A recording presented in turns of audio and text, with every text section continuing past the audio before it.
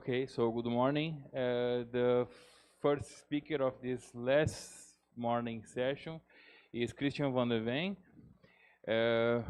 from Wisburg, and he will talk about large deviations in algebraic quantum theory. So thank you, Rodrigo, for the. Can you hear me? Yeah, for the invitation and for this nice workshop conference. So it's my second time in Sao Paulo. I'm happy to be again. It's a nice place. So today I will say something about the large deviation principle, but then in quantum theory. So normally there's people study this in more in a commutative setting, classical theory, but you can do this also quantum mechanically. And I will say something about this in relation to those mean field quantum spin systems. Yeah, so let's start. Let me give you a small overview of this talk. So I will say something about the classical and the macroscopic limit of quantum spin systems. So there are two kind of different notions of taking a limit of spin system.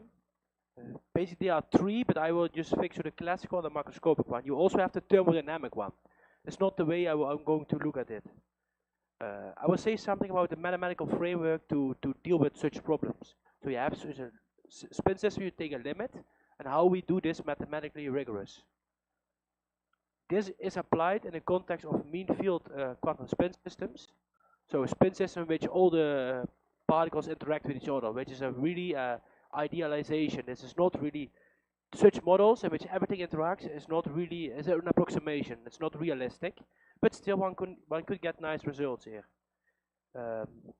Then I come to the part of the large deviations, and eventually I will show how this relates, how this theory of large deviations relates to mean field quantum spin systems. So having this large deviation principle, how can we apply it in this setting in which one takes a limit, and it's the macroscopic limit. And it will become clear soon what this means. And then I say something about generalization. So this is mean field quantum spin systems, meaning that everything interacts. It's a really approximation. The generalization would be to do this for locally interacting quantum spin systems. So think about the quantum Ising or the Heisenberg model, in which you have nearest neighbor interactions, which is more interesting from a physical point of view. So the central idea, first the classical limit. So the classical limit, what is this? So one can think about a transition from a quantum, and NC means for me always non-commutative. So a quantum theory, and you pass to a classical commutative theory. That's what means classical limit. So think about you have a quantum mechanical system indexed by h bar, which is always this parameter Planck's constant. H bar means goes to zero. That should be interpreted not as taking the Planck's constant goes to zero because it's a constant, but this should be interpreted in a suitable way, in a suitable scale separations. You take, for example, the mass to infinity, yielding you a classical theory. So indeed, you have this Schrödinger operator. H bar goes to zero. So, but what one think? Okay, we just get the potential back, but this is not working like this. It's a more complicated. You cannot do, okay, forget this part, and we end up with the potential is wrong. It doesn't work like this. So another way of thinking about the classical limit is you take a single-side quantum spin system, okay, that is typically given by the angular momentum spin operators in this way. So this is the total angular momentum, and it satisfies this relation.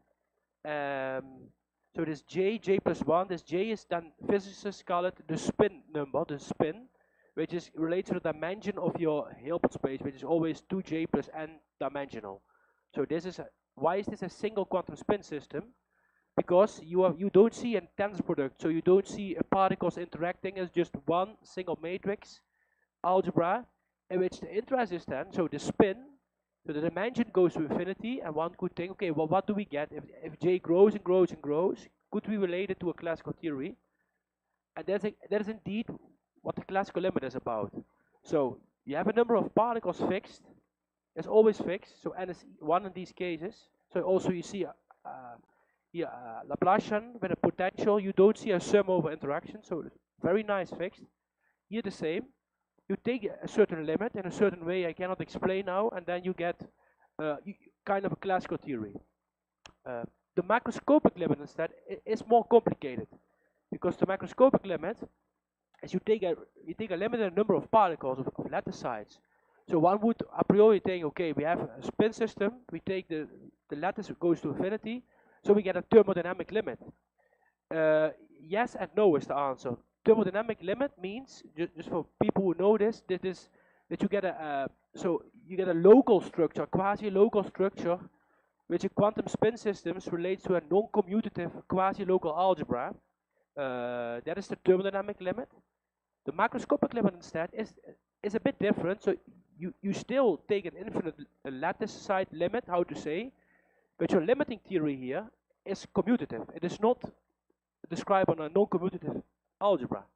So to see this, to put this in perspective, it is the macroscopic limit is so mathematically defined a transition from a non-commutative finite statistical mechanics. You take a suitable limit and you end up in an infinite statistical mechanical system, but it is commutative here. So this is really suitable. You get a commutative limiting theory. So, for example, think about a quantum spin system on a finite lattice. You want to go take this limit, and you would end up with a classical, or make it red because it is classical as a commutative theory. That is what you want to end up with. A main example is the Curie-Weiss quantum spin model, which is basically given by this Hamiltonian. So this is a mean field quantum spin model. So this J is a coupling constant, and this B is always a magnetic field.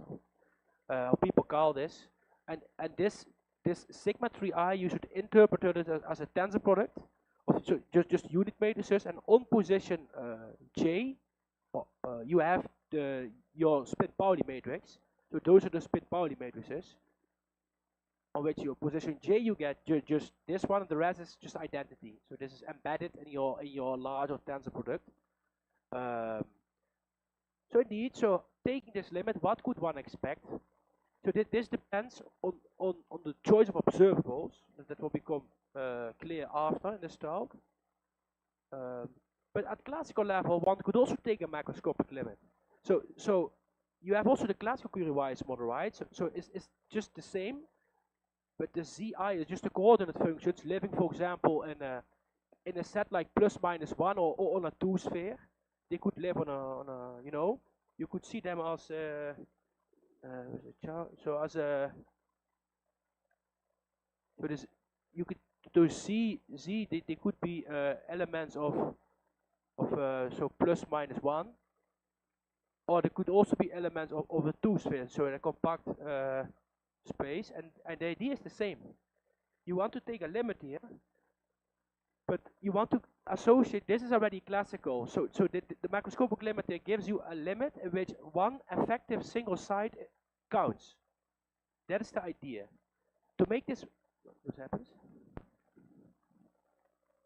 To make this more precise, our focus is only on mean field models. So we want to consider the macroscopic limit, and recall in which you want to associate a classical limiting theory to a quantum spin model, but only mean field we consider, because it's already complicated, yes?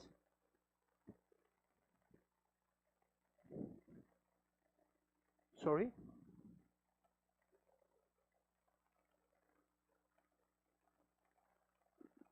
Where? Sorry, I don't see where exactly.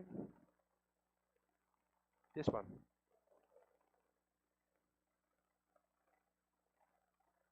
Oh, this is sorry. This is a mistake. This should be just put out. This was a different notation I used, and then I want to use this notation, and this remained. But this is a mistake. You just should see this sigma 1j defined in this way. So thank you. This is just a wrong. This was a different. This was my notation for identity matrix in which you sum, but this notation I want to avoid. So thank you. So within this macroscopical idea, we want to apply this to so the mean field quantum spin models. So what is a mean field quantum spin model? So we have seen, so this is an example. But what is it exactly? So this is the definition. So you take a mean field theory, in fact it is a homogeneous mean field theory, because you have here this vector. It is defined by local Hamiltonians in this way. So your mean field model is up to a scaling. This lambda, you should always think about the number of lattice sites, right? So n. In my previous presentation it was just n. It is a polynomial in L squared minus 1 non-commutative observables. They are, in fact, they are non-commutative because if you see what this T01 is, and it's T1L, and go on, the first one is just identity matrix, and then you take the rest, so they form a basis, etc., for some algebra. Not that important. The important thing is those operators, so except T0, this is just the identity. Those here are just given by the average, so there's a macroscopic average of those operators defined in this way as seen before. So for example, if you take one example could be, so take the spin-Pauli matrix. So you take, this is exactly such a x, so x and L, and then you add identity. So just that this is so this product is length so lambda. The level of states and observables. So one should remind those quantum averages, they kind of related the quantum analogs of the events also seen in the tail sigma algebra. So in which you also have all those averages, but then in a classical level, it's this basically. It's just this. So mean field models are kind of the quantum analogs of events in tail sigma algebra. You can see them in such a way. So having this, let's go. So last remark, that the classical symbol, this is not the same as the classical Curie-Weiss model. So we have seen the classical Curie-Weiss model is this one. This is not the symbol because this is a classical thing, okay, but it depends on n. It is a sum, and the symbol is you see this is not the, it's defined in terms of such generators. So to make this a bit more precise, we take an example that you see this. So we take the Curie-Weiss model again as we defined before, right? This J was a coupling constant, and now I wrote it well. This is the notation I meant. And B is a magnetic field. I don't know how to interpret this, but people say this is the magnetic field. And notice that this Hn can be rewritten. Okay, this Curie-Weiss, I omit this notation now in such a way. So this T3 of n was nothing else than this operator here, in which T mu is sigma 3, the third spin-Pauli matrix. And because we are in LS2, we are just 3 generators, sigma 1, sigma 2, and sigma 3. So if you take the square of those things, if you see this, so this is now a 3, right? You take the square of those things, you end up at a factor of 1 over lambda squared. But remember that this makes sense because here is this factor lambda that this cancels one of those lambda squared out. So you get exactly 1 over lambda netto, and that is this L, this N. This N is denoting the lambda. So this makes sense.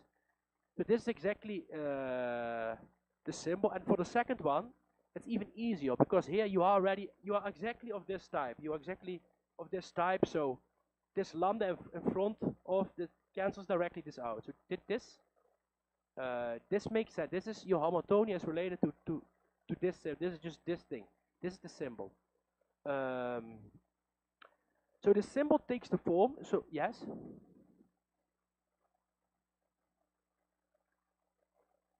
For mean field models are defined homogeneous. Yeah. So you can take, so a homogeneous mean field model is just defined in a polynomial and non-commutative observables. So you get it, but you can imagine if you take, for example, this one with the same, but then here 2 or 3 on the position, then it gets more complicated. Then you get, I mean, you not really, but you get then a different form. So was this your question? What do you mean exactly?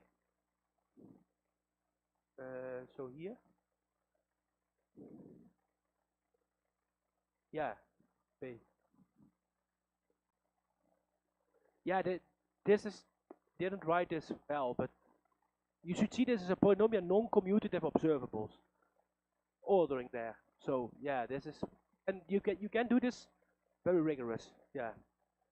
Um, because operators you have a notion of positive operators, right? So you, okay, good question, but this can be done, yeah. So so this polynomial here, you see the symbol, it actually takes this form. So view this now as a polynomial on three variables. It just takes this easy form, and this operate of this function. This is now a function. Will play an important role in the analysis of the large limit of this operator. Take a large. It has a commutative character, and this is actually the thing encapsulating all the information of your quantum model. Because a priori, if you look to this, to understand the asymptotic behavior is complicated. Because you do this does not commute with this. But knowing that this actually arises as a polynomial really is really helpful. So that's what I say. The symbol essentially encodes the information of your quantum mean field model, and therefore plays an important role in studies of this asymptotic behavior. So to make this mathematically precise, there is a way of a C-star formalization of this quantum spin models. This can be done in general. You don't need a mean field model. You can take any model. So if you take this matrix algebra, you take a finite subset of your lattice. You indicate, as I already did before, but I didn't write it, n is the number of lattice sides. You take your local algebra, which is just the lambda fold tensor product of b bit itself. So the question, what happens now if lambda grows and grows and grows? So what happens with this algebra, for example? How does it work? There's one way of doing this. It's called the thermodynamic limit. I repeat, this is not the thing I want, but I just say a word node on it because this is well known. Classically, you have this too. It generates your quasi-local algebra, the non-commutative quasi-local algebra, and this is well known. This contains so the physical local or quasi-local observables, local sequences, in fact, approximations of local sequences, which are called quasi-local sequences. They generate your non-commutative algebra, and classically you have exactly the same, but one could take, for example, take configuration space omega, okay, and you could take all the continuous functions on this omega, and that could be, for example, so this could be some infinite space, and then the elements of this algebra C omega. Generally speaking, omega is compact and maybe not too nasty. They are given by local functions. In this classical case, local functions. They approximate your elements locally. That's here exactly the same. It's just non-commutative, but it's the same. So in fact, this construction, and that's why I want to go to this word, is an example of a continuous field of C-star algebras. Why I introduced this? Because it's useful for the next step. So what it basically is a continuous field, also called bundle of C-star algebras. So you take your natural numbers and you add infinity, and then you consider the class of, you consider first a class of general sequences. So sequences in your product space, just general sequences. They have no structure a priori, so you cannot do nothing with this. But you require that they are close with respect to sums, products, and the adjoint. That's the first step. So you want to, from those sequences, you want to make an algebra. So you need to impose those conditions, and you require that this norm is finite, and you require also this identity. So this identity, this is typically the C-star identity. This is an identity inherent to a C-star algebra. Without this identity, you can never get a C-star algebra. So this is just an artificial way of constructing such sequences, and then you can take the algebra B generated by such sequences satisfying at those conditions. By construction now, there's a C-star algebra. And then I want to say something about the continuity. So any sequences, you should require that a norm function So this norm depends on n because every element is a matrix basically which lives in Pn, which has an O norm. Should be in C0n. That means that at infinity it should vanish. It's a continuous function vanishing at infinity.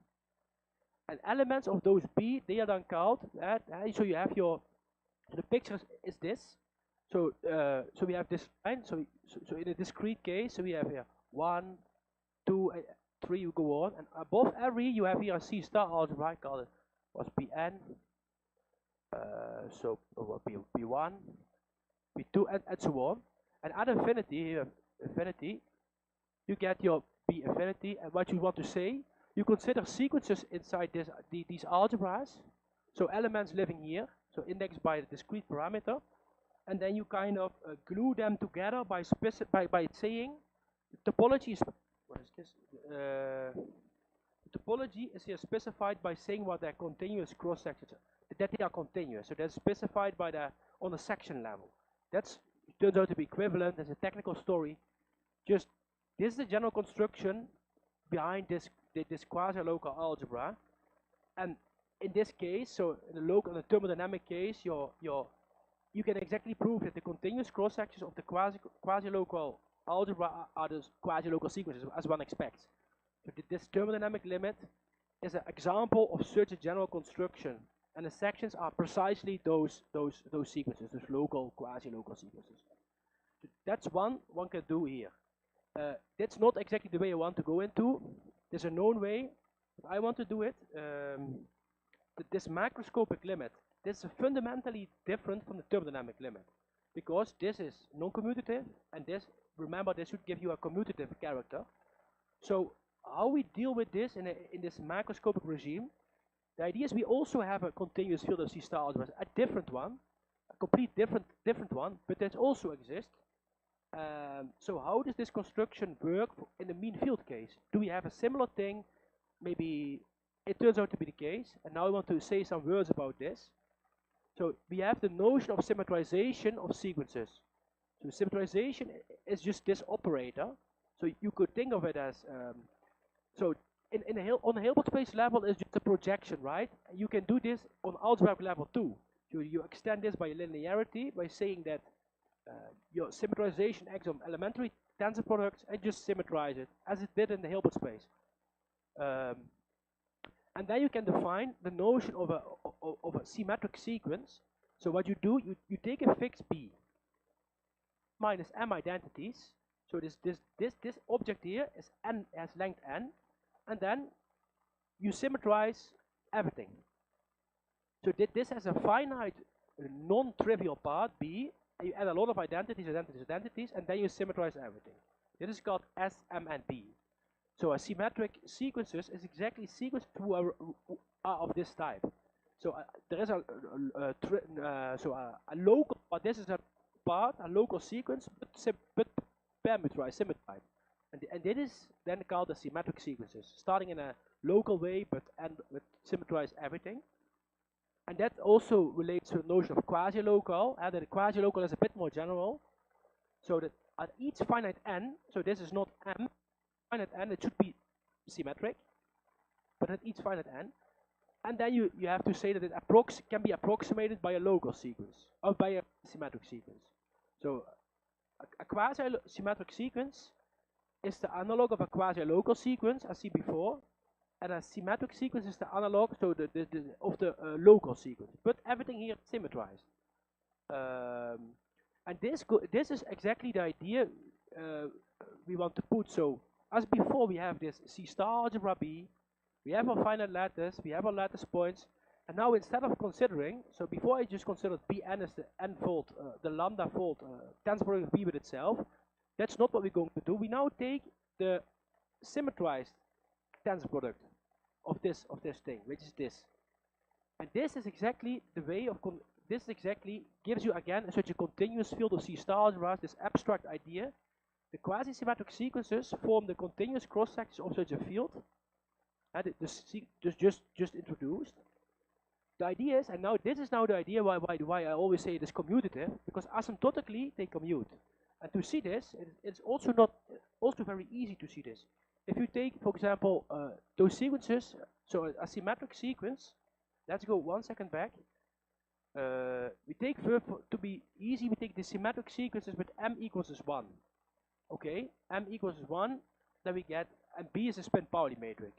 Then we get exactly this object here. This is exactly a symmetric sequence. This is S1 n and then sigma 1. If you calculate this symmetrization, everything, a lot of terms will count double, so you just get 1 over n in the front. If you count this, it's just the average.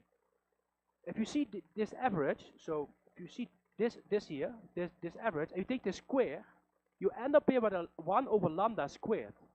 Okay, so and it can be proved asymptotically. Asymptotically, the terms who do not commute are much of order n, order lambda. But because there is 1 over lambda squared, right? So you have lambda divided by lambda squared.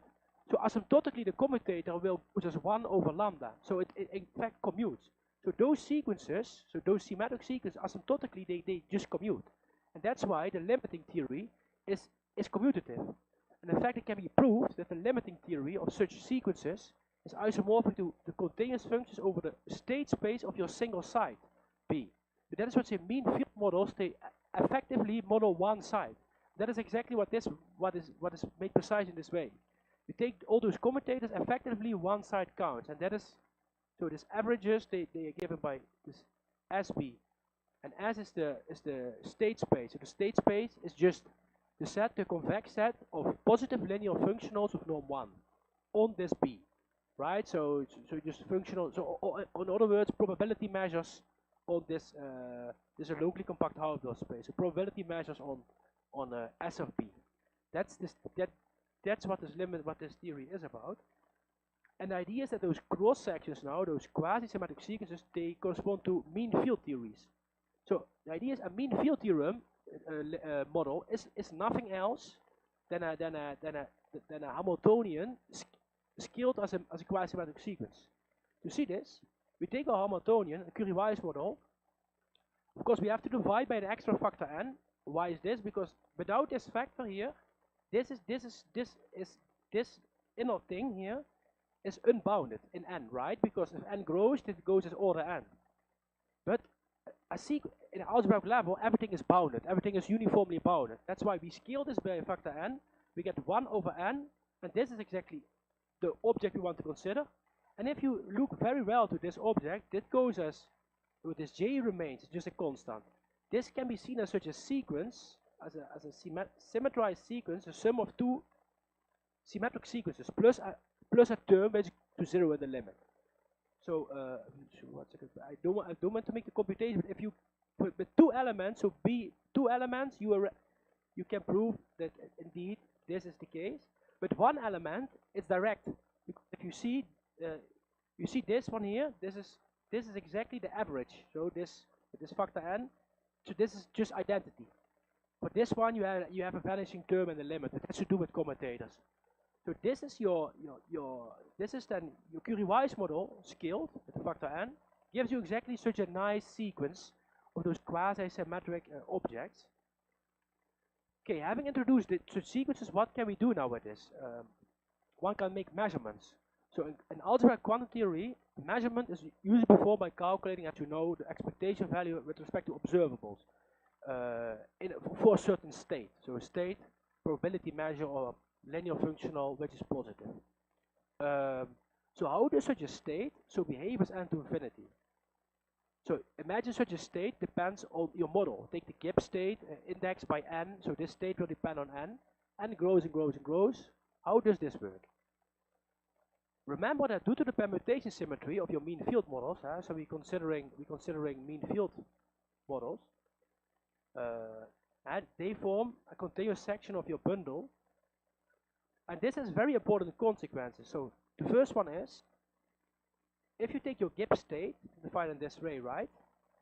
Then that is, by definition, this state is permutation invariant because your mean field model has this property, and you can prove that also its limit points are all permutation invariant. So So that is nice about mean field models, but the nicer thing is each permutation invariant state in such a way relates to the integral representation given by the quantum Definetti theorem, which is a quantum analog of the classical Definetti theorem. So what it is? So you take a permutation invariant state of your algebra, and it assumes this form. So what it basically says is that your state is represented, of course, as a probability measure here, but in terms of an integral, but then the only thing we have to count is the product state. So you get an infinite product state on this algebra. So each permutation invariant state assumes is an integral over the single site state space, and this side is again coming from the fact that mean field models are asymptotically isomorphic to this. So the CSB, so you have one side which counts in the limit, and so you get only integral over one single side, and then you get this product state, and it turns out to be an isomorphism via this. Yeah, this product state is defined on each of its values on that level, right? You can, by restricting it, you have just this. So this is the quantum Definetti theorem. Again, one single side counts. So this is the essence of the macroscopic limit. So a mean field model, the limiting theory of describes. So the limiting theory of infinite statistical mechanics is just described by this algebra here, which is essentially quantum Definetti level of state. This is just a level of states. So to go on, yes. This is a very no. This is a known result. This is not my result. There's a quantum. Yeah. This is a known result. No, this is proved by Definetti, I think, or somebody or some. Oh, that's I'm not sure, but that's known in the quantum context by inspired by Definetti and Stormer and those guys. They prove it quantum, but it's only also permutation invariant states. So in particular for mean field models, because they are permutation invariant, those properties are all transferred to the limit. So you have this integral representation for permutation invariant states. Just the thing is that, so just a small recap what we have seen up to now. So we have seen a macroscopic limit in the context of those mean field quantum spin systems. We have seen that the symbol plays an important role. There's already gives you an idea, okay, there is one effective symbol counting, so this is already an indication of having this commutative character. It can be made precise at the level of algebras, and those cross sections arise at scaled mean field models. This was this factor 1 over n. And quantum theory, the measurement is performed by the notion of states, Gibbs states, and they respect the permutation symmetry of the model. And then we have the quantum Definetti theorem, which gives you a representation to really characterize explicitly the limit points.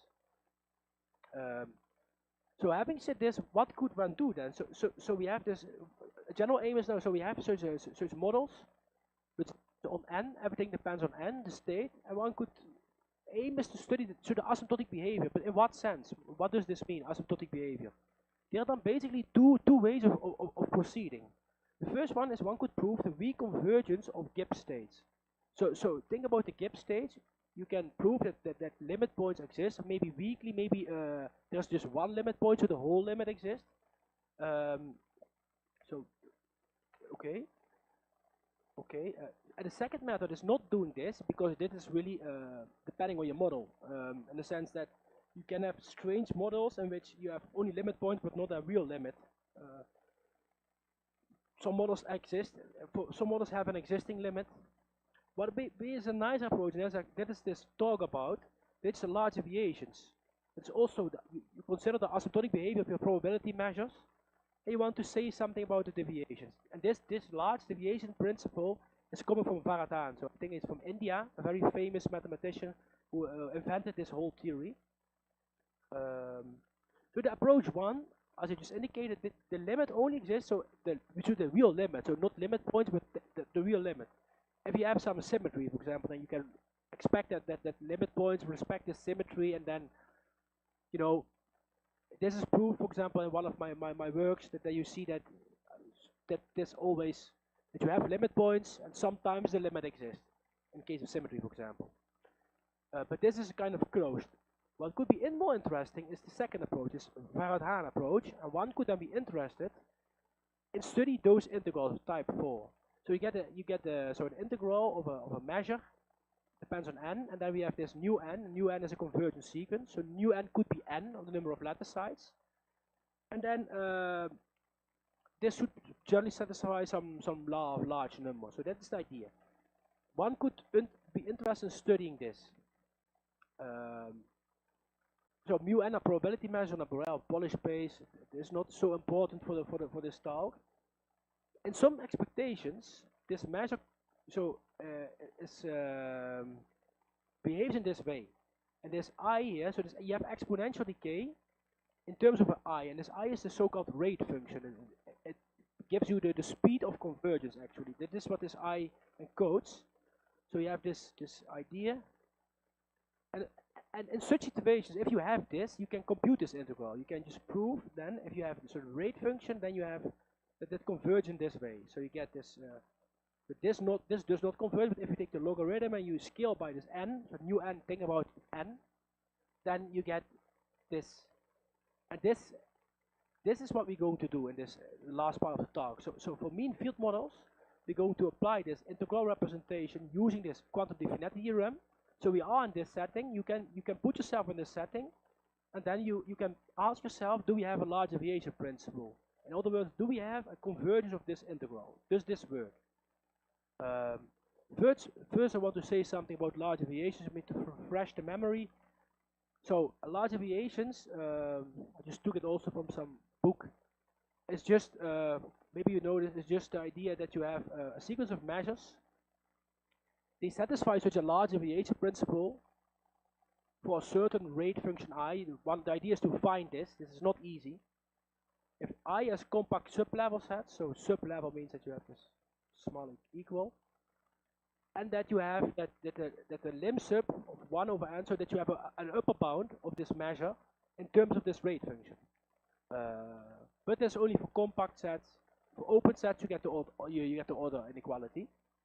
If you have this, one says that you have a large deviation principle, and then you can indeed prove that this exists. Oh yeah, this is the bad notation. Yeah, there's a number. This C should be no. This should be the characteristic function of C. Sorry, this should be, I think, the character. This is a wrong. This should be, I think, the characteristic function of C with respect to a certain L2 norm. Then if you integrate it, you get exactly this, right?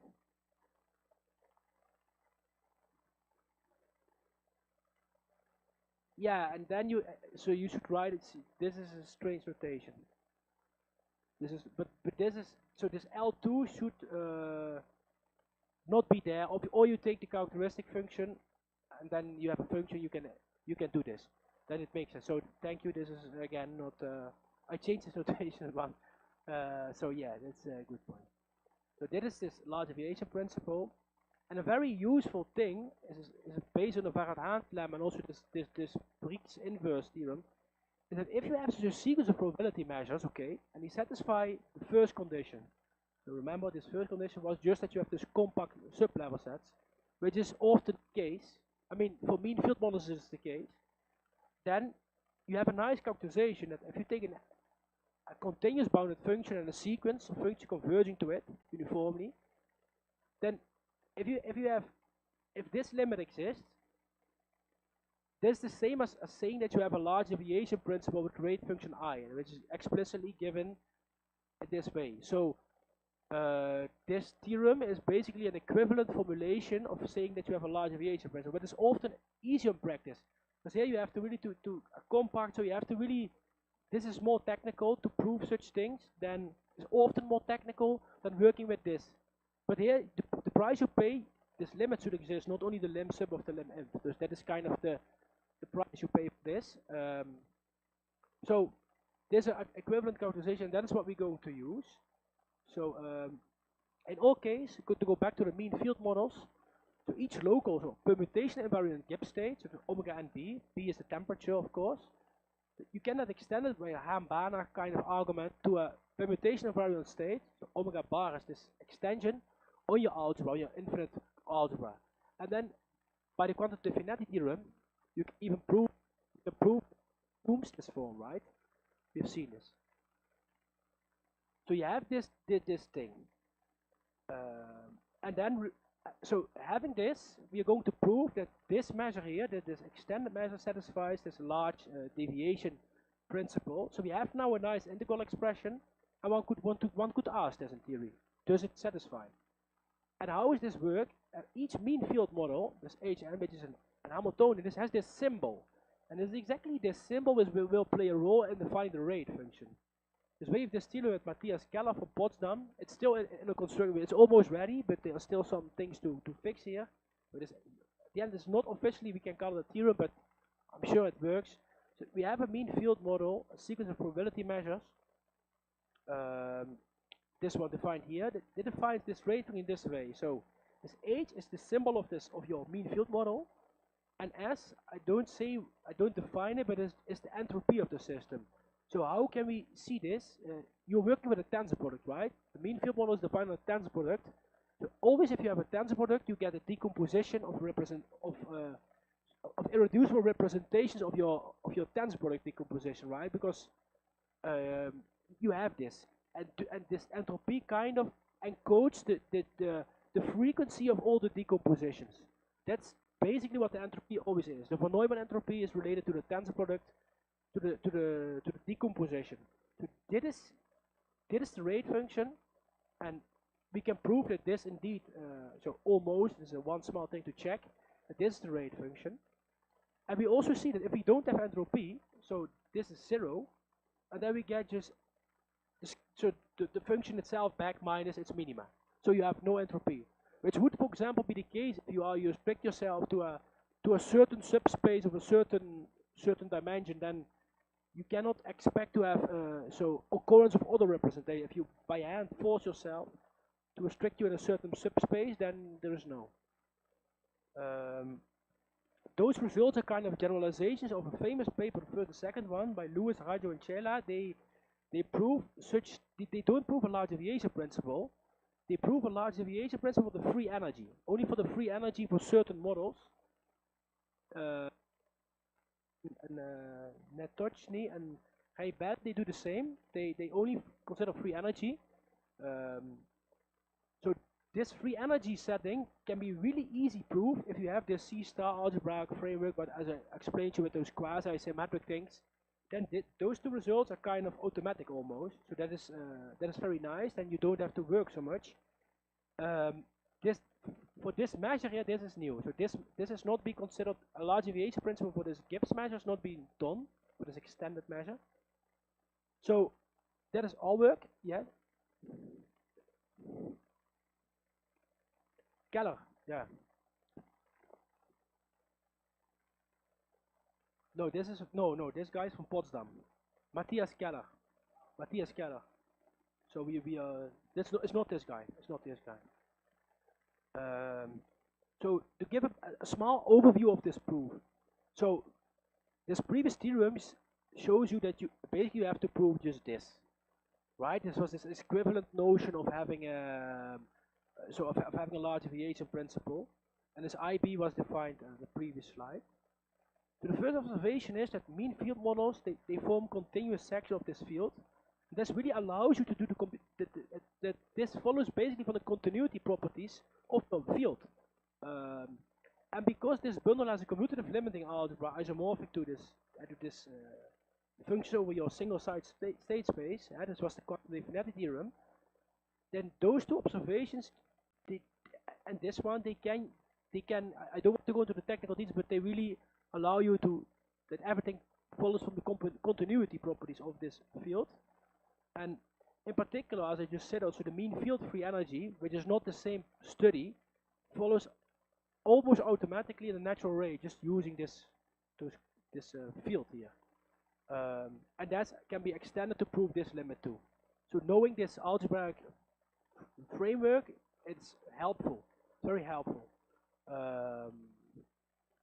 Some generalization, so this is done with mean field models. We have seen that this works. But mean field models are not so nice. I mean, they are approximations of realistic interactions. So if you take a Heisenberg of a quantum Ising model, you have nearest neighbors, right? So not ever interacting particles. But you can also also in this case we have such a continuous bundle of C star algebras. But in case also commutative. So what one does here, you consider basically quantum Heisenberg quantum Ising model in a macroscopic regime. That is a paper with Drago and Trento here working. So we did this. You get also a whole technical framework.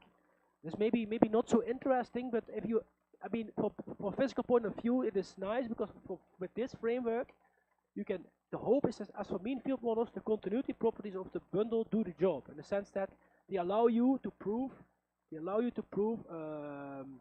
So a theorem like this. That's our idea now to extend this mean field follow-up study for Heisenberg interacting models quantum Ising model. But then you need really this macroscopic regime, because that is the one related to a classical theory. In this regime, you have a nice integral representation. Take the thermodynamic regime, you don't have this. It is a different way of taking a limit. So thank you. I want to show you the last. This is close to my place in Gabroen. That is in Würzburg. Basically, it's the mine, the river there. So we have also wine there. So I want to show you that is a nice place. So not only in France and Italy there's wine, but also in Germany. So thank you very much for your attention, and I hope you enjoy.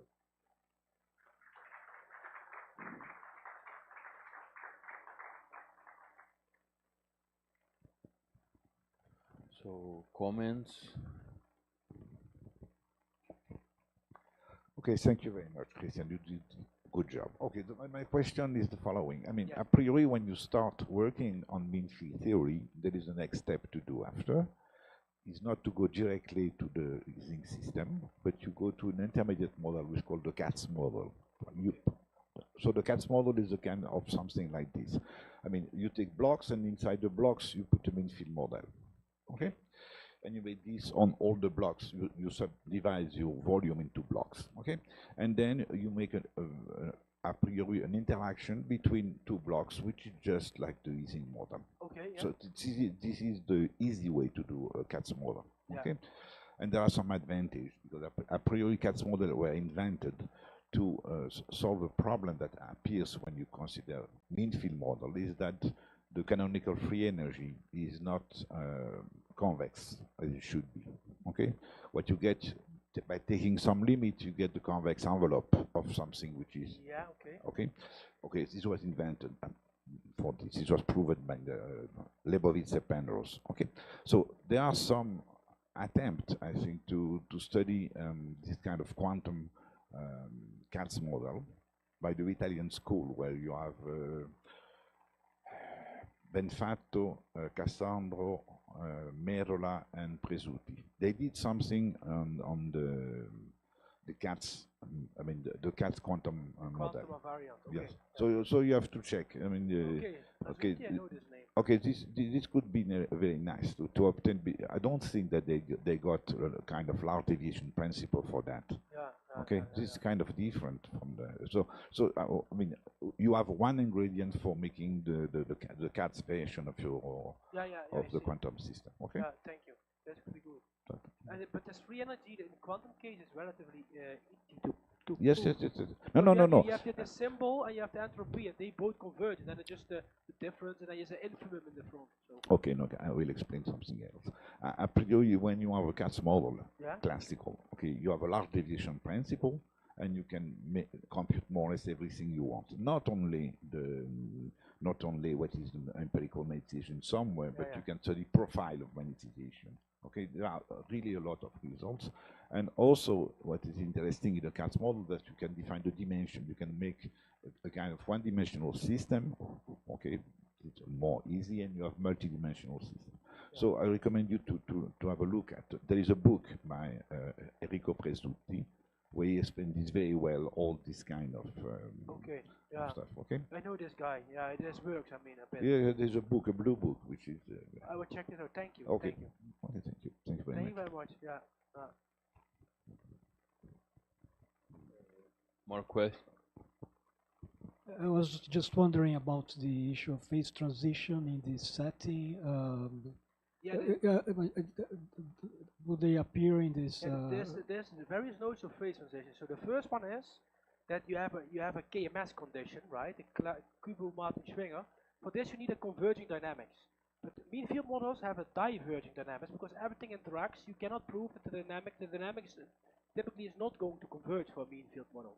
So in the KMS setting, you cannot speak about phase transitions of mean field models. However, you can, if you classify a phase transition as being minimizers of the free energy, so you have a free energy, and all the minimizers say that is a. If you have multiple minimizers, then you say that's a phase transition. Then that you can have this, yeah. In this setting, you have phase transitions, but in the algebraic KMS condition, you don't have it because your dynamic is not converging, which is an ingredient to define the KMS condition. So it depends a bit on the way you want to define a phase transition. There's various notions of phase transition. So that's what as soon as I understood that some people define minimizers of the free energy as being a phase transition. If that is the definition, then you can have it. Yeah, you can have multiple minimizers of this functional for sure. Yeah, because the free energy exists always. You can prove this. Yeah. Can you come back to the previous slide? Okay, and then when you see the transaction field model, it was a little bit before, right? I guess. Yeah. Yeah. Okay.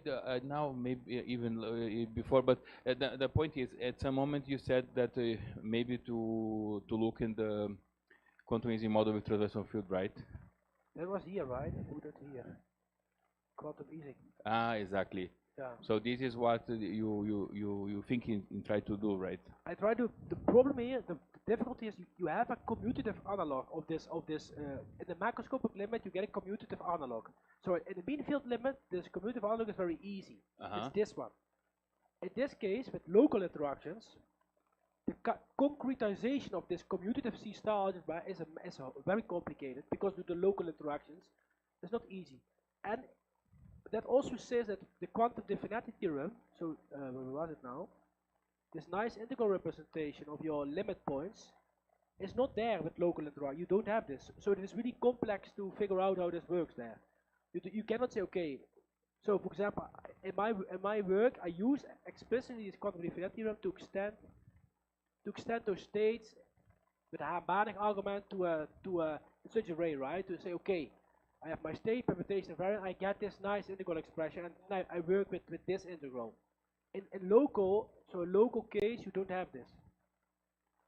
Because you don't have this permutation symmetry, so it's much more complicated there. I see. So just to, because in the thesis of Lucas, we work a lot with the, actually our plan, it was to introduce exactly boundary conditions to prove the phase transition, as more or less in the splitting, but not exactly the same because we use groupoids as Pierre Pico did. And in addition, Lucas read a lot of the Presutis book, so he knows. You can discuss with him. Because we started our first project was exactly work with the quantum Ising model of terrestrial fields. We work, I don't know, more than 1 year with this model, so we can discuss after. But you work on phase transitions in the sense of minimizers of KMS conditions. No, because our direction was because it's not done really. There is a not satisfactory boundary conditions. Pierre Pico show us a way, but it's not a general. There is not a general, let's say, framework to introduce boundary condition in quantum species yet. One of the issues is exactly what you mentioned, that about if you read the DLR approach is not no, but even to define the dynamics is not exactly as easy as you just point out. Yeah, okay. So I mean, you have to, but okay, I'm saying that we work it, but we don't have a very, let's say, deep result yet about specifically about the quantum Ising model, because we had a proposal for the boundary condition, and our first guess it was exactly to test in this model. So until now we don't, I see, because since we have a notion of boundary, we can try to find different KMS states, and then that was the philosophy. Yeah, okay. You see. Yeah. So. Okay. Thank you for the presentation. I have a question. When you talk about the bundles, the C-star bundles, are they bundles in a geometrical? No, that's a good question because they are not in that bundle, not in that sense. Because those bundles, you should but there was this picture. I mean, this is a bit different because the continuity, the topology is specified by saying how the norm function of each sequence behaves. You take such a sequence indexed by n or by a parameter, and you want to say that okay, if you take the limit, then it should be continuous. But that is different than the geometric differential geometry approach to. That is so those bundle is a different idea about it. It's not exactly the same. So that's a good point. Because I get this question often, is it the same? No, because you have this picture, it looks the same, but the continuity is different here. But is it like topological space bundle? Yeah, no, yeah, it's to characterize this bundle generates a big, large overcoupling C-star algebra, and you can project always onto the fibers, and that's the same idea. But you can, it's very complicated to characterize this, and the topology is characterized. There's a famous theorem in the book of Blackadder. You do this, Blackadder, and he proves that I think he was it, or in any case that topology may be specified by saying what that those sections or those sequences basically that they have this norm condition, and that it gives you the topology, even though if you from abstract point of view it's complicated. Those sequences give you the topology. That's the idea behind it. So yeah. Thank you. You're welcome. We had a master dissertation where the Rafael Pereira, he studied a little bit of Blackadder approach, so I can pass to you after.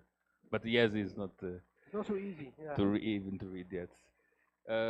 Any more comments or questions? So let's thank Christian again.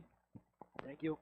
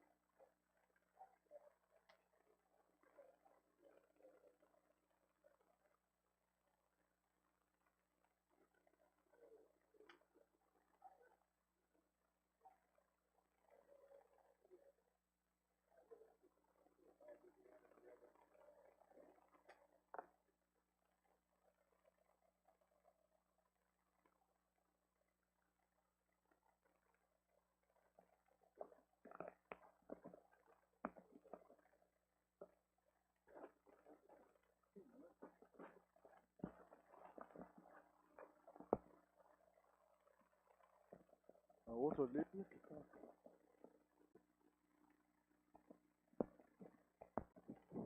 Testando. Ah, não. Eu não sei se. Tá encaixando a orelha, né? Testando.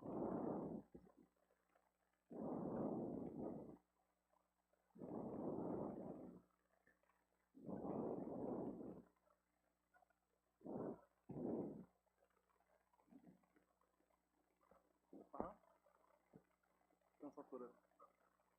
Ah, sim, daí vão ver eu respirando também. Pode ser. Ah, ok. Ah, perfeito. Uhum.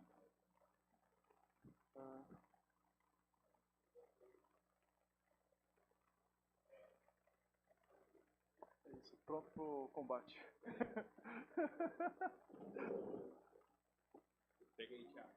Opa, deixa eu só saber o que é o que muda. O que aponta é esse daqui.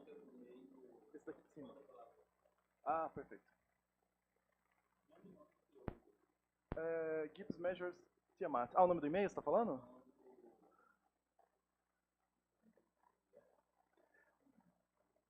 É esse, é o que está atualizado com o Grant.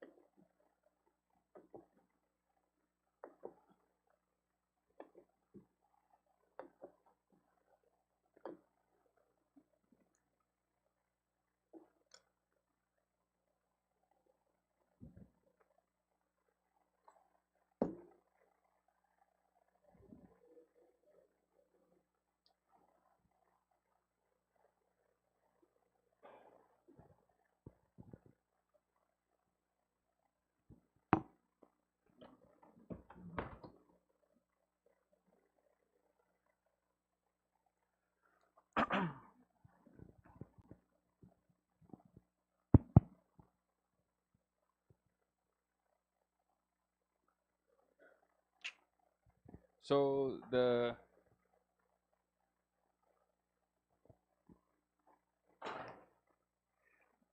next speaker of this morning session, and also the next speaker of the workshop, is Thiago Rocheia. And Thiago is a former PhD student from our group. He worked in this. We have several directions here. One of these is specifically study of the equilibrium statistical mechanics, and with models, using models as you saw during the week. And another, let's say, direction that we do is in this explore the interface of what people in general call thermodynamic formalism with dynamical systems, ergo theories, sometimes operator algebras, and so on. So this is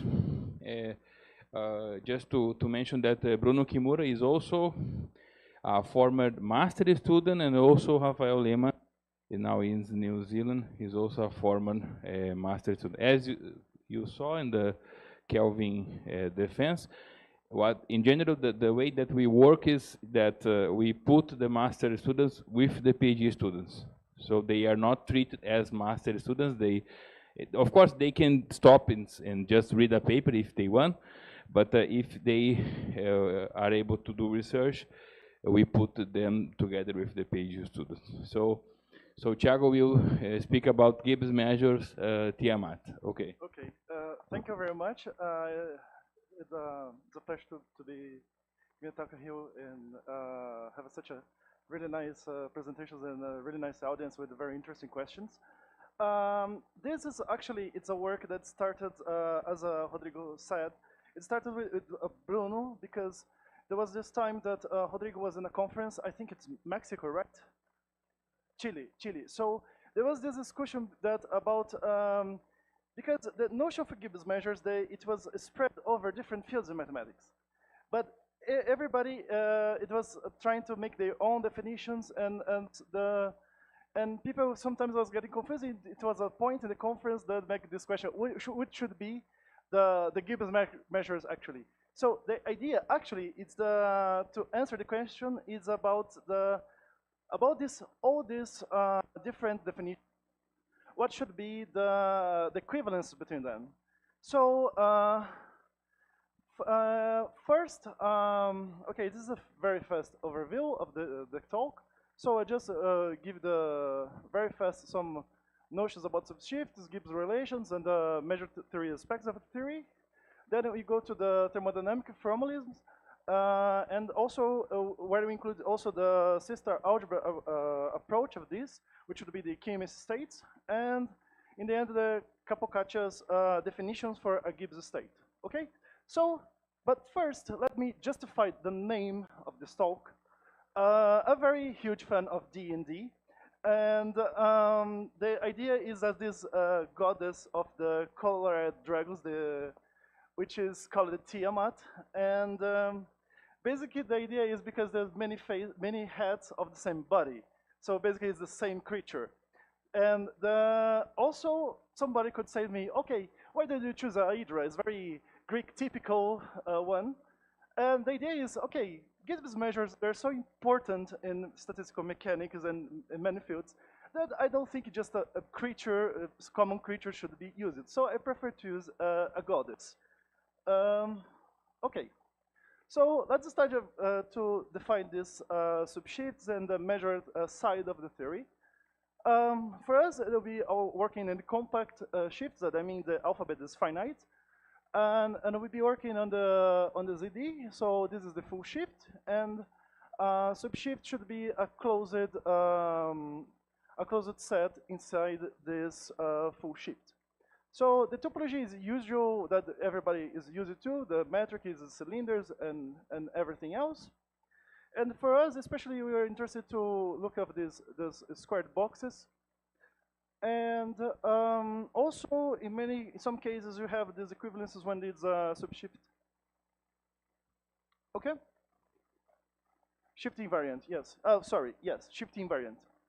And of course, I think in many of these cases, you have the results about the. Sometimes you need this finite type subshift, or sometimes you don't have to. But basically, you have patterns in your lattice and don't want to allow some states. So this should be when you choose, you can choose this finite. So this should be the finite type. For example, if you see, for example, this is a plus, minus, or blue, red configuration on the Z2, for example. And for example, let's okay, this is any configuration could be there. But for example, if I forbid, for example, side by side in the horizontal direction, the red ones, this cannot be allowed anymore, but you have different other type of configurations. Basically, we decide to remove this, and any translation is also forbidden for this. Okay. So this work uses a lot of some special equivalence relations. So basically, you have two main ones: the Gibbs one and the topological Gibbs. Basically, the Gibbs one, I mean, if you take any two pairs, they are equivalent if and only if you can find a finite subset which outside they coincide. But you can have, since you're doing with finite subsets, you can just set for these boxes. So every time you can find a box to make the same work. So, okay. And the topological Gibbs relation is a sub-relation of the Gibbs relation. It was presented in the theory developed by Tom Mierovich. He was interested on the equilibrium states, but it's not in the topic of this talk properly, but there's some measures that arise from that, and sometimes they coincide with the conformal notion of Gibbs relation I present next through this presentation. So to look on homeomorphisms on the space, in this case it's the subshift, and you have this homomorphism that such that you can find an n such that when you compare when you apply to a point and you compare to the before you're applying, should coincide in outside of some box. This should hold for every element in space. So here it's we apply this under the product algebra of the Borel schema algebra of the product topology. And when oh, sorry, this is wrong. This is in general. Actually, when it's subshift of finite type, they coincide. Actually, it's just a typo. Okay. Okay, so in general, you can write this relation equivalences.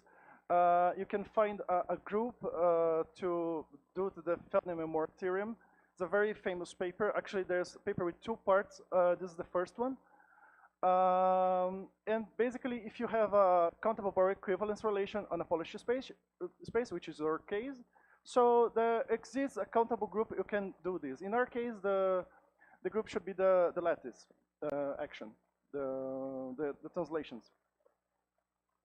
Okay, so this is why we divide the theory. So in some point, you have these Gibbs relations, and Feldman-Moore developed this quasi-variant and Gibbs, and conformal measures for the theory, which would be one of the definitions for Gibbs measures. And from the other side, and the sister algebraic side, Jean Renaud has this very nice paper about almost approximately proper equivalence relations. That it's just a different topology. It should be suitable to treat this, to construct a sister groupoid sister algebra, where you can, and then you can study the Gamma states in this. But the good side of this is that these 2 topologies, they generate the same sigma algebra, and actually they're not always coincide, these topologies. So this is usually thinner than the product one.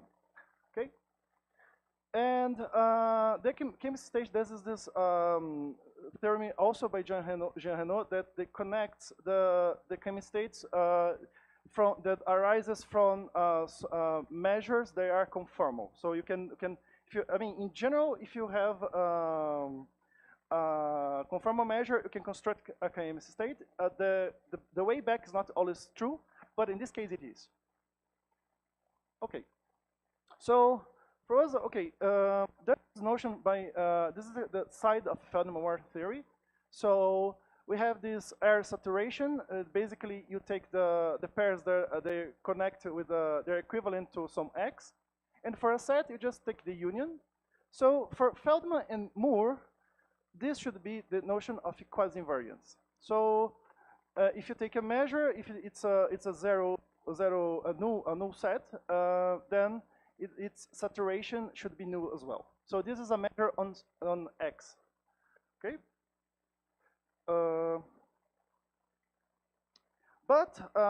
Okay, this is called in Renaud's side of the theory. I mean, actually, this is very interesting because when you start with the Feldman-Moore definition, you can actually arrive. Actually it's part of the Feldman and Moore's work that you arrive to the Renaud's notion of the quasi-invariance. So basically, you have this projections on for the right side and the left side. His R is for range and S is for source, because you basically we read. Okay, so basically when you read this, when I present the groupoid side later, basically this is the you look this as arrows going from this side to this side in a bigger space. And actually, Renaud, they did the opposite way. He started with these 2 measures and these 2 counting measures on the pre-image for to take the for any Borel set. And he constructed this range and source measures on that, and he defined it as a quasi-invariance that these 2 measures should be equivalent. So it's there's a Hadon-Nikodym derivative well defined between these measures, and actually what we did basically is go to the back side. We start from Renaud and conclude the Feldman-Moore notion. So basically what I mean is these 2 measures are equivalent if and only if this happens. Okay? So, and also the model we're talking here is we defined the potentials we do here. There has these summable potentials. So then, I mean, if you have this regularity on this oscillation on on the potential, so it should be summable with respect with the dimension of the space. And this is actually, it's because we construct an object called cocycle, and this is the sufficient condition to make it well defined. And this is the cocycle actually. So how, basically the idea is the following. If you have a shift, a model says you about the energy in that shift. But when you look into the equivalence relation, you should carry in somehow the model through this. And the way we do it is via cocycles. And conformal measure should be, I mean, remember, of course, we suppose actually a Borel measure which is quasi-invariant.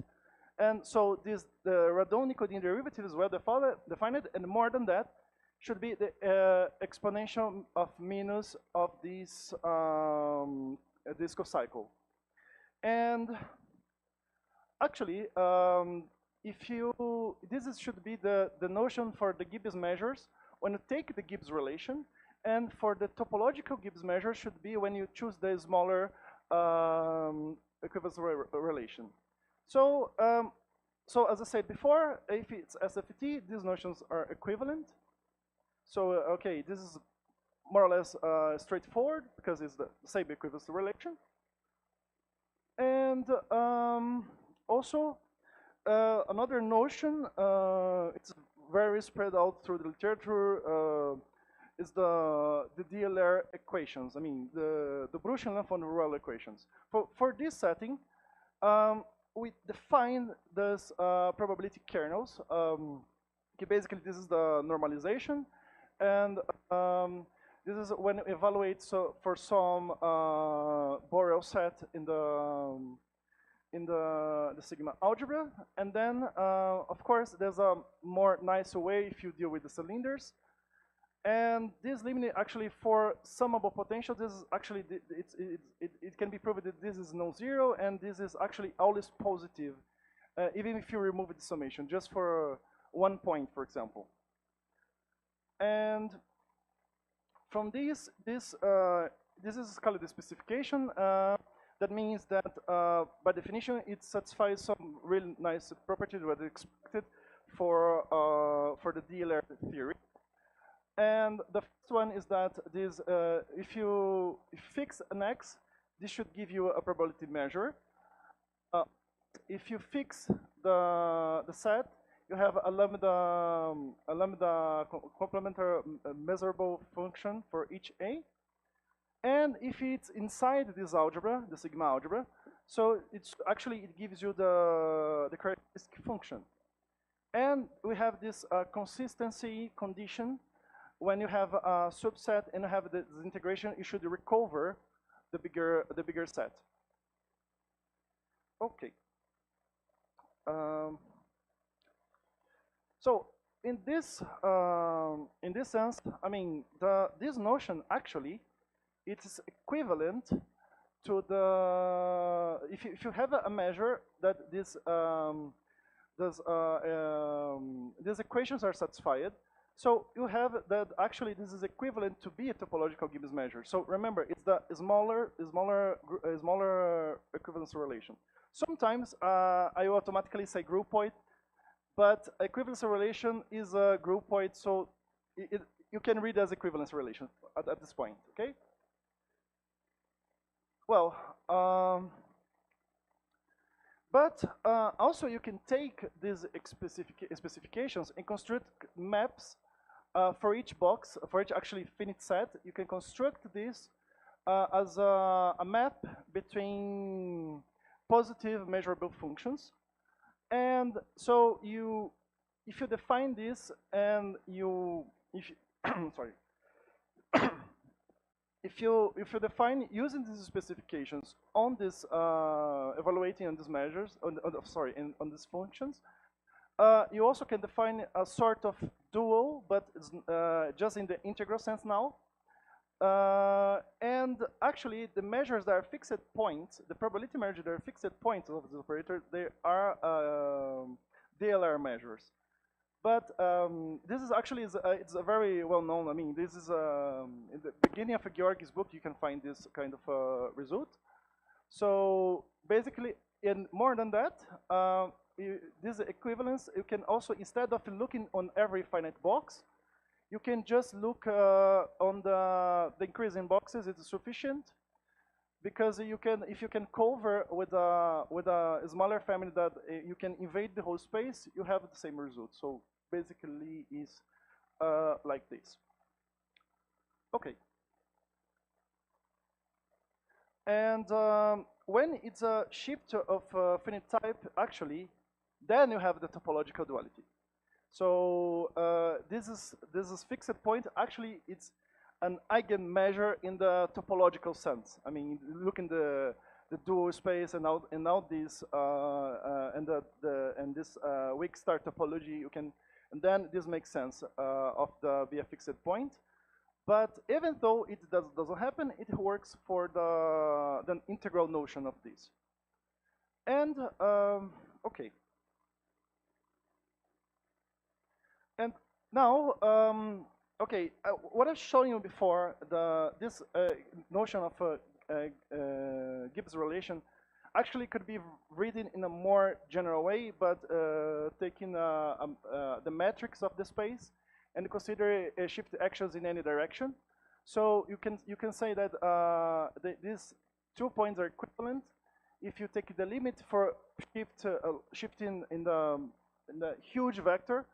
You can go. This limit should be 0, and it's related to the Capocaccia's theory, but here we be restricted to subshift of finite type. Why is that? Because the point is to find the conjugating maps. It's I mean, if your shift is of finite type, you have enough conditions to find these conjugating maps. By conjugating maps, the word conjugating actually it's because 2 points equivalent. It's another nomenclature, another notation is to say they are conjugate. So just because that. And basically, you have these maps from an open set. You have an open set to go to X, and such that for when you have fix this on X for each X, this should go to 0 as long as you can have a translation big enough. And this is it's a way that Capocaccia defined the notion of a family of multipliers. So what are multipliers? You have this family of functions indexed by an open set and conjugating homeomorphism. It's a homeomorphism on its image, and this it should be satisfying some good nice properties. The first one is it's straightforward. It should be positive. This function should be positive and continuous.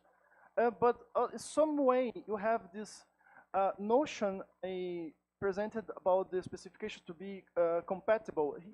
Here we also have this compatibility in some way, because I mean we have if you have an open subset and you have conjugating homeomorphism, that the restriction this should be equal to the a priori homeomorphism.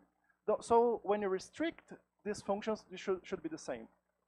So it's somewhat this is how you codify the compatibility, and also when you make the composition of these maps. I mean, actually these two together, it should be the composition when you have this. This open set containing the O prime, and you have the image containing in another O prime prime. So also this basically is like this. If you want to when you write the composition of them, it's basically you can spread between products between these positive functions. So this is basically what is a family multipliers, and this is what Capocaccia used to define what should be a Gibbs state. Okay, so that's the point. Capocaccia she defined this condition in order you always can find this the existence of this map. But if you impose that this subshift of finite type, because the properties of the topological Gibbs relation, you always can find this homeomorphism. Okay. So what is a Gibbs state in the sense of Capocaccia? It's basically this equation. So okay, this basically is the same thing here, but if you this me B is basically when you restrict to the subalgebra, the smallest subalgebra that contains B, the Borel subalgebra. So when you restrict this to this, basically you have this well-defined Radon-Nikodym derivative, and the idea for the multipliers is exactly to be the functions. I mean, it's quite similar to the notion of conformality, but for a different structure. That's the idea. I mean, they instead of you have two measures, in both cases you have two measures, but one is related to range of source maps, and the other one is related and the cocycle. And here is related to a positive map. This is a very general definition, but to restrict to the equivalence, it's of course where's the potential in here? Because okay, so far I just said about the multipliers, but there's no model here. So this is the idea.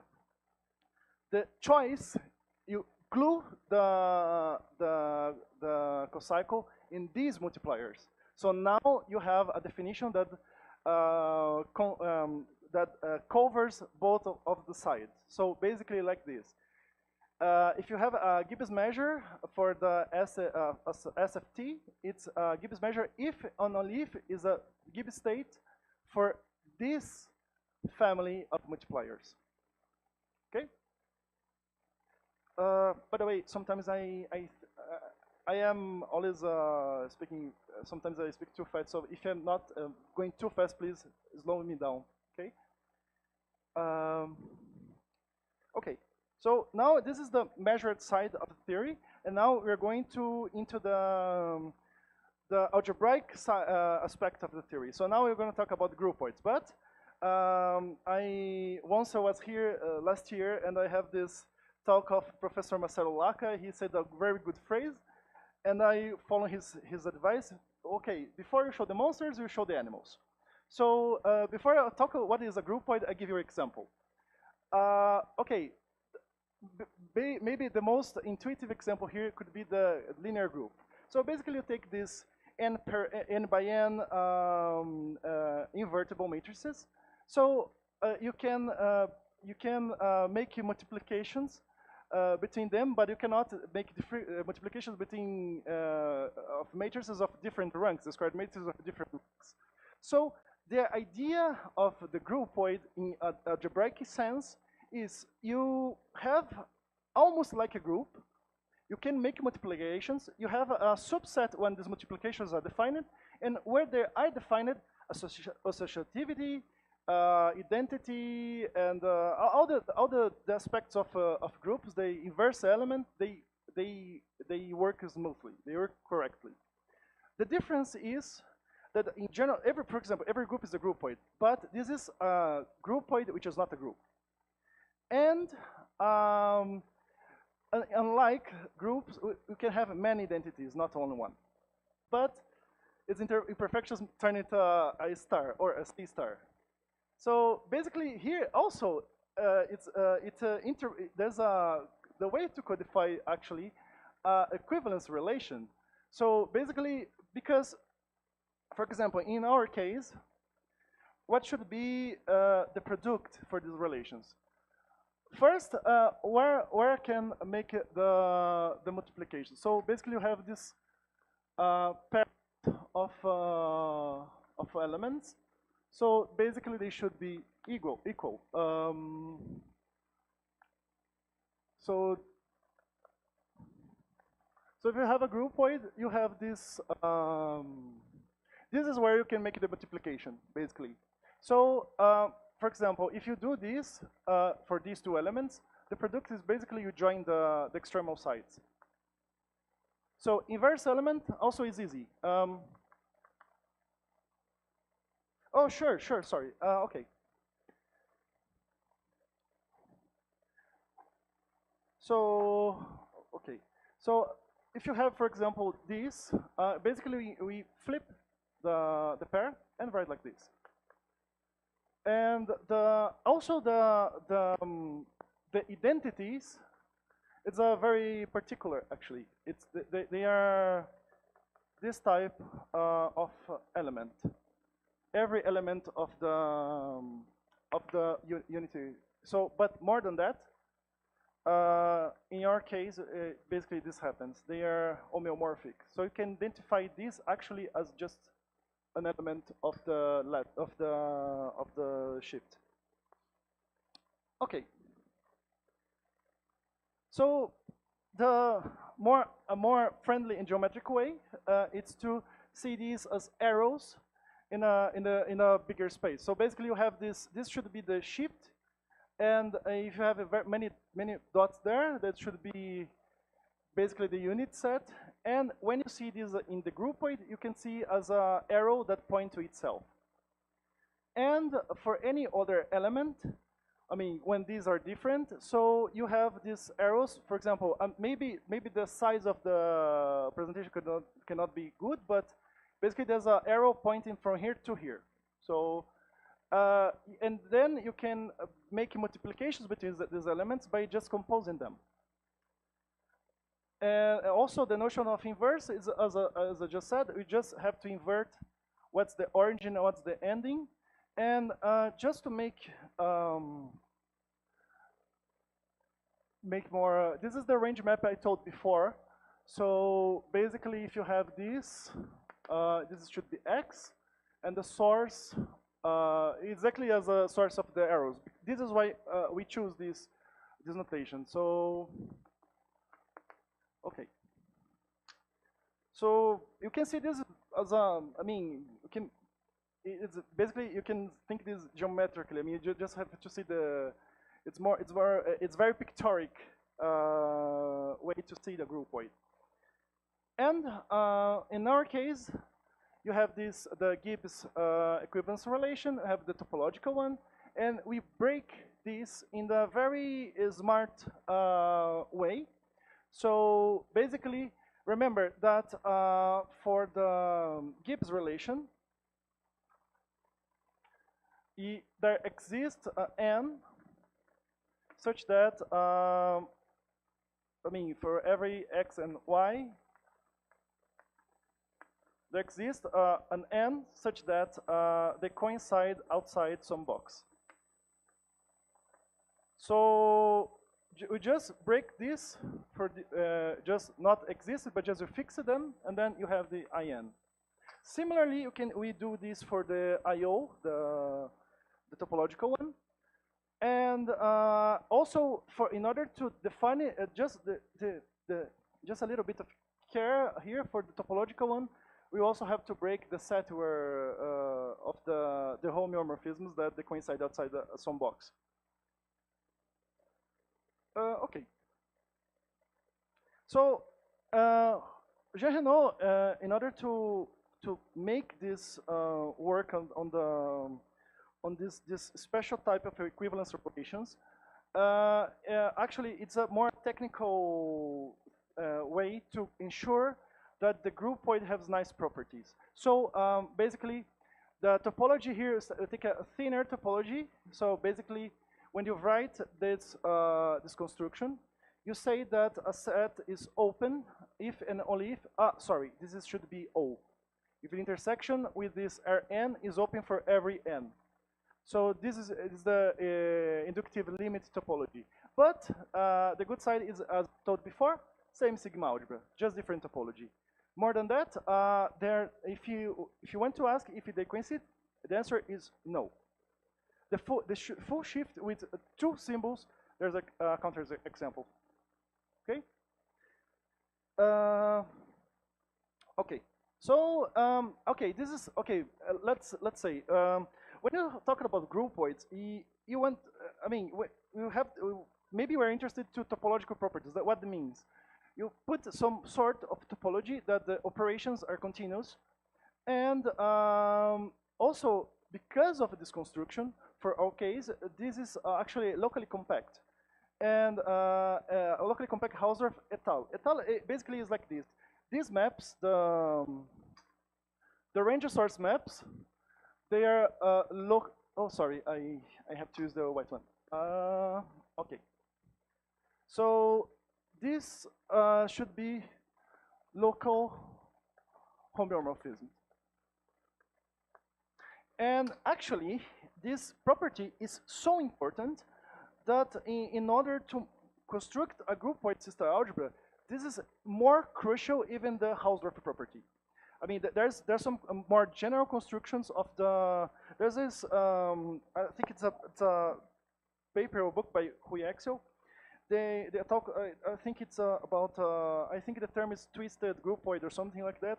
But for example, the idea there is that he constructs the groupoid system algebra without the Hausdorff property, for example. Okay, so but for us, actually, this make it it's more complicated. It's a huge huge writing, but for us, it's really more. We impose this because it's much more easier and under control to construct groupoid system algebra. And what is this object? So just a fast reminder, this is the fastest way to define a system algebra. Basically, you take the a system algebra should be closed norm by norm and operations, and star here should be the adjoint operation in a subalgebra of the bounded operators of some Hilbert space. Of course, there's a more constructive way, but this is the fast way I can tell you. Every system algebra is like this. It's because a consequence of a very important theorem called GNS representation. It's calls for Gelfand, Naimark, and Siegel. And when you have locally compact Hausdorff et al. Groupoid, first you look to the complex functions on this equivalence relation or groupoid in this case, and you define the evolution and the product in this way. So because of these properties, actually this weird summation, because changing order could be messy and other stuff, but actually this becomes well defined because of these properties, especially etalicity. Okay, so then you define a norm in these complex functions, but basically take the supremum over a star representation of this space on every. But basically, you look on every representations, and then you have a supremum. So actually, this is because again it's locally compact et al. This actually is finite, so it's a well-defined norm. And the sister algebra is the norm completion here. So basically, okay, this is first one thing you should think. Although many cases when you talk about complex functions of compact support, we have this thinking about the commutative, but this is constructed to not to be commutative. This is a convolution product. Okay.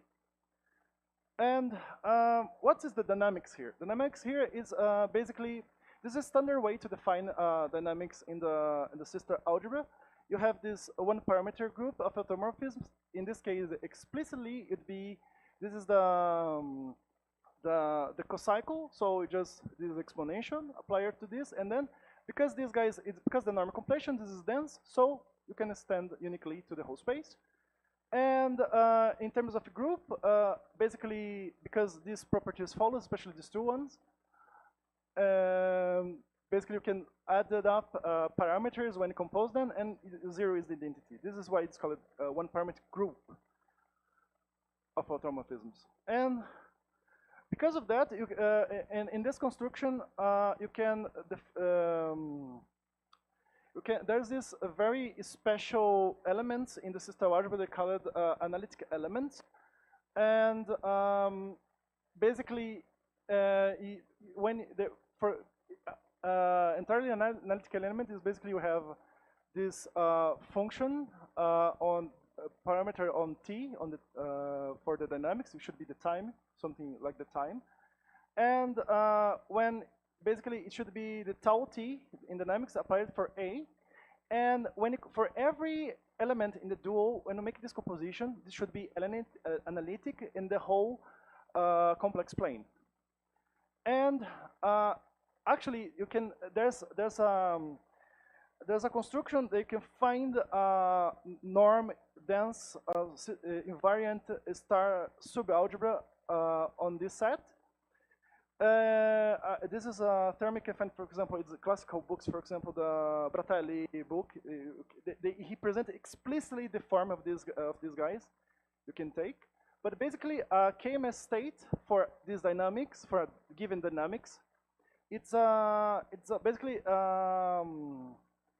it's a state that means linear functional with norm 1 that respects this equation for every AB in this star subalgebra. Okay, so this is the quantum analogous for Gibbs measures, basically. I mean, when you look for the Gibbs measure, so the idea is to look at these states. And by the way, here the beta is the inverse of the temperature. Sometimes I'll be omitting because I'll be observing in the potential, so this could be called 1. So just a matter of absorption here. So what happens here? Because of by applying the Renault's, there's a Renault's theorem concerning this. When you have this conformal measure, so you can create a chemistry state, and actually in this case is a bijection.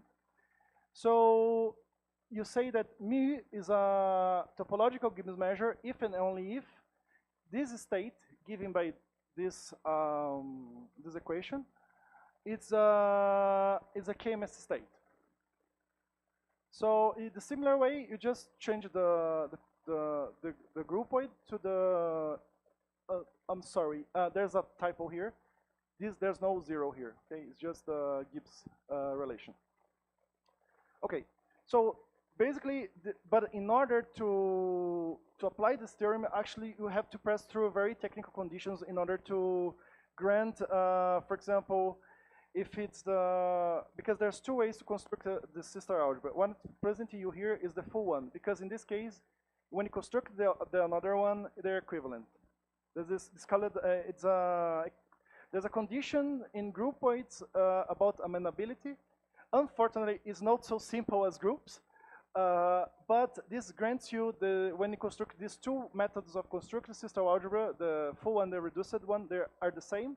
So you're talking about the same chemistry state, the same everything, and and also we use some results about in order to prove that this is a almost proper equivalence relation. I mean, if you want to, I can explain what is this relation about after the talk. It's not a complicated definition,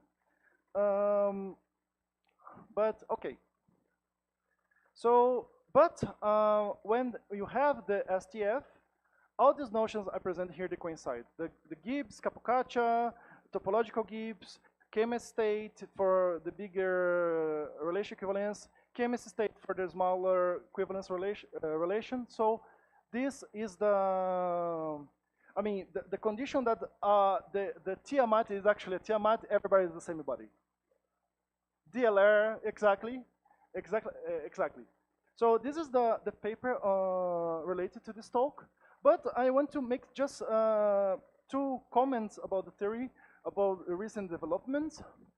Is that, okay, in our paper, actually, what you prove that one of the things, because this is these Gibbs measures, in our paper is proven that they are DLR measures, but Borsato and McDonald, they make the opposite direction of this proof. And very recently as well, there's this paper for Charles Pfister that he make generalizations in 2 directions. The first one is, they took compacted ultrametric space in a group reaction, and because of this, he could make a well-defined cocycle with the choice of potentials. And but for example, if you take here the groups being the ZD, for example, and ZD is a ultrametric. I mean, the AZD is ultrametric compact space. So actually, it goes for it put the freedom on G and the freedom on space. And another direction he did is when you take this G and remove completely the group structure. So in order to define a cocycle here in the potential, instead of looking for the properties of a group in order to do that, because if you think about it, a cocycle basically is a homeomorphism. A homomorphism from the group point to the additive group of the real numbers. So, I mean, in some sort of way, if you remove this structure, you should make some collection of functions that make the work that the group doesn't do. So, and then you can define in a more general way a cocycle. And then he proved for this context the equivalence between the layer measures and Gibbs measures. The proof is different. Okay, so basically lots of references here. I was very happy that it was not showing how many pages was here because people could get scared because I was like almost 50 slides, but actually 7 of them are about bibliography. So basically, this is the book of Georgia talking about.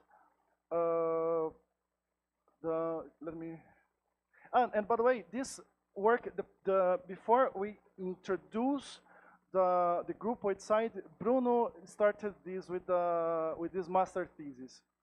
Okay, this is available in archive as well. Okay, and okay, so thank you.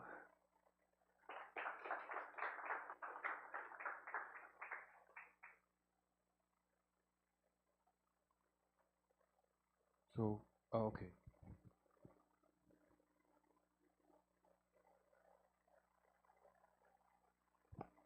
So there's this paper about this equivalence, right? Yes, exactly. This general paper. So did you also take into account this classical KMS condition, right? One in which if you take a classical spin system defined on so let's say in a Poisson manifold, so the two sphere, which is symplectic, but so it has also a Poisson structure. Then you can have, the classical condition of KMS, which is defined in terms of this Poisson bracket, right? You know this? Did you take that into account in this paper? I mean, okay. The classical one. I mean, for the physics, you mean, right? I mean, the equilibrium condition for classical lattice spin systems, but then in which you don't have plus minus one. But you have your single side is, for example, should have a Poisson structure, so a sphere or something. Yeah, I never. I mean, I didn't think about this actually. I mean, I don't. Maybe.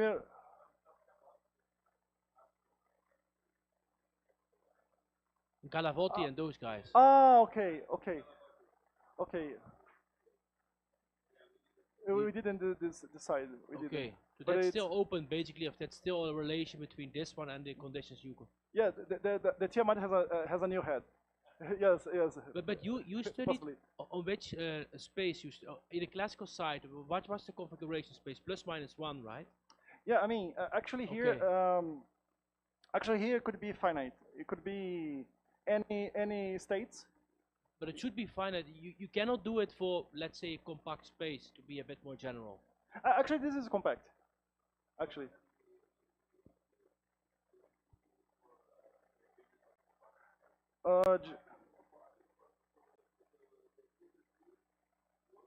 Yes, it's general. Yeah, it's general for ultrametric compact space. Yeah.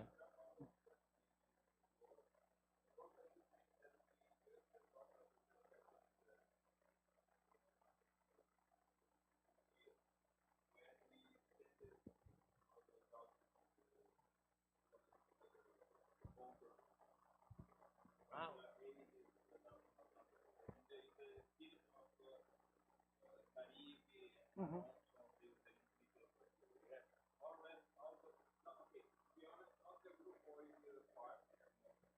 Mm-hmm.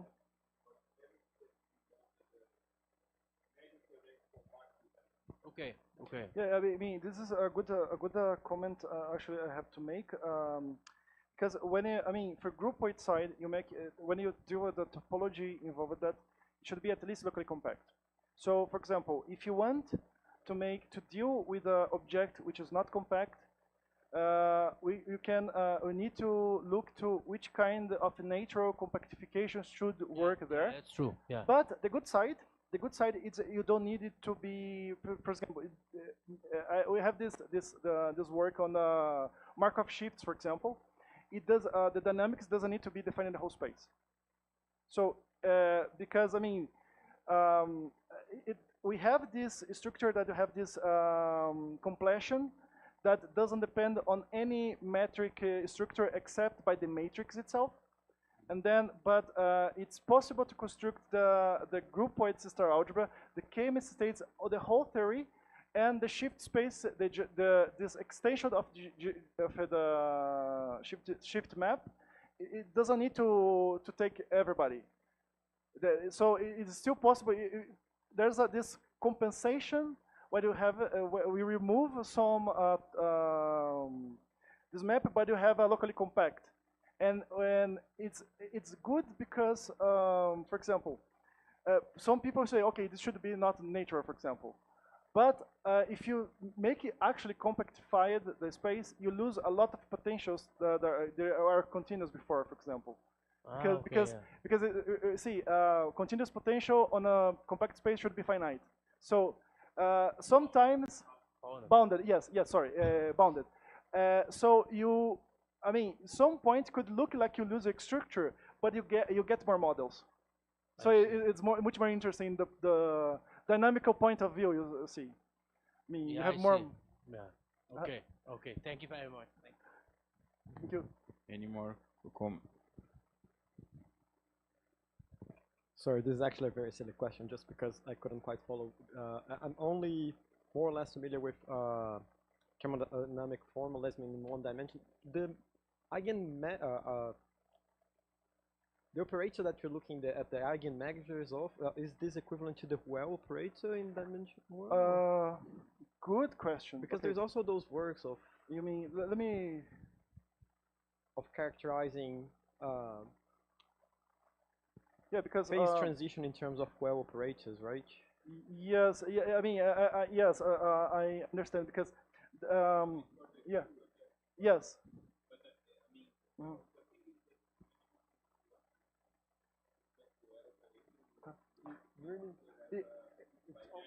Exactly. What you have. Yeah.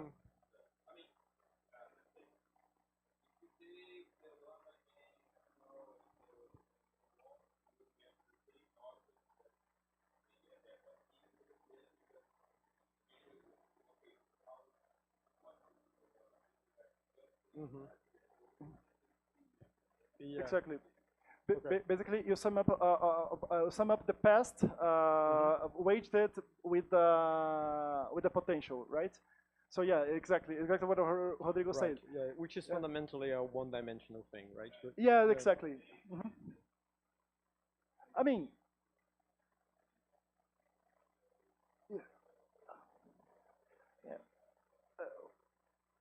what a soul, but I mean, I don't know how much closer and connected to the usual one-dimensional case. Have these people from sister algebras, but they looking in the quite different object because they have this notion of a graph sister algebra. There's this one paper. I think it's I'm not sure if it's Farsi, but it's some people I think of New Zealand. They have this. Different directions for the Hoyle operator. So you can construct this, not one Hoyle operator, but a family of Hoyle operators in different directions, for example. So there's, I mean, on multidimensional setting, I heard about this, but I don't know if it's equivalent or not. I cannot tell you because I really don't know this, if it's connected. Thank you. Any more questions or comments? Oh.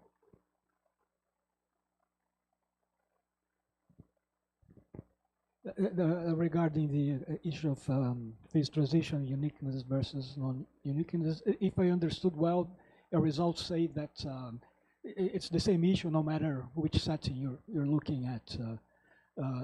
So if that's so, I mean, is it sometimes more convenient to work in a setting than another one in order to establish the approaches? Yes, because I mean, if you for example, if you are in the okay, if you're looking for Gibbs measure, for example, if you want to look for the phase transitions on Gibbs measures, you can actually, what this thing says is, you can transport your classical problem to a quantum problem in the same sense that Christian said about the non-commutative sense.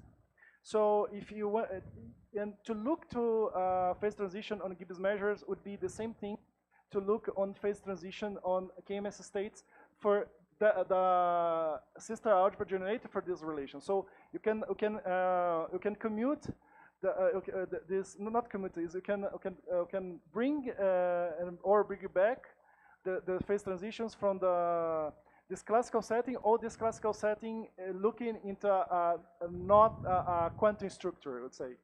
So, but basically, if you have, for example, if you have more tools that you're more used to work with the sister algebras, go to KMS states. But it's the same thing as going to the classical one. Like you look in the measure theoretical way for the Gibbs measures.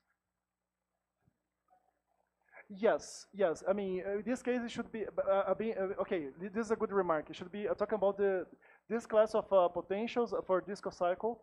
I mean, actually, the generality of the theory can covers on some, I mean, give good properties of the groupoid, give a well-defined continuous cocycle, and then you also can do this theory, but in order to talk about the Gibbs measures, you have to look on specifically this equivalence relation. It's not, I mean, the theory covers more results for general locally compact groupoids, but for this, this model should be this connection. Yeah. Okay, like, it's a matter of why we use SVD, because at some moment you have to construct this cocycle that you have to have something that converges at the end. So to it's what they call cocycle. Just to make a historical remark, go to the reference a little bit. Because the history of this work is like that. I was in Chile and I met Brian Marcos, is a big guy of this symbolic dynamics, and he was with the two books. The book of statistical mechanics of Bowen, that is very famous for the ergodic guys, and also the book of thermodynamic formulas of Hoel. And he was with the two books and asked for everybody if it was the same thing. That was more or less the first motivation. So we start to produce this kind of dictionary between they wrote, it seems that it Gibbs measure, okay, and so on. So after go to a little bit more on Haydn, okay, yes, the previous one, Nikolai Haydn with with age, Okay, B, so Haydn. More, okay. Haydn with a Here, Nikolai Haydn. Yes, so exactly. So also I met in Marseille, actually. I think Pico was there also in this kind of workshop in CIRM. And I met him, and because I think that there is some kind of well-hidden paper about the notion of, is this. So even for him, it was not clear that they were doing the same things that the people in statistical mechanics does. And so we start this project to, let's to show the equivalence until where we are able to prove. So this was more or less the history of about this project. And respect to the okay, it's not clear because in the compact set, but for example, to identify the extremal Gibbs measure when you go to non-compact cases is very useful. So you can, for example, they have papers that showing that okay, if you have a symbol which you have infinitely many emitters in the graph of the shift. So these correspond to a extremal Gibbs measure, for example. They have a very complete control. They work in some kind of abstract way. They don't have really models. In general, they put some kind of potential and regularity and try to do what happens. This is more or less the philosophy on this area, let's say. Okay. So any further comment or no? So let's thank Donatella. Yes. Actually, I think that the main motivation of her, because she proved that the harm measure is a Gibbs measure for some. I think it's a torus. I'm not sure, but I think it's a torus. And there's actually this is interesting because she makes this work.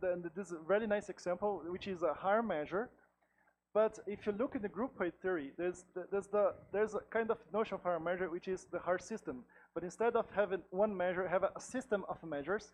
And actually, it's maybe it's a good comment to make here that these. Let's go to the equivalence relation here. Okay, so actually, this is a counting measure, but actually this is a part of a hard system. The collection of these measures for every x is a hard system. So this should be the groupoid way to define these measures. And actually, here is a counting measure because the properties of the groupoid, but it doesn't need to be a counting one. But under some conditions, the only one you can find is a counting one up to a scale factor, like a multiplication of constant. But in the paper of Donatella, I think that because okay, she gave a different notion of Gibbs, but I think that at some moment one of the applications that why you are doing this, it was to show that for the torus, the harm measure was a Gibbs measure for a good collection of multipliers. Yes. If I well remember, the result is that. Yeah, I think that the name of you didn't mention her or not? Yes, I presented it's but in the reference to the paper or not? Yes, it's okay. Put there. Let's travel Capucaccia here. Exactly. I think that she has a paper with Huel also, something like that. With Huel, I think she worked with Huel at some moment. Yes, exactly. I think this. Yes, I guess. Okay, any more comments or questions? So let's thank Thiago and thank everybody that come in this workshop.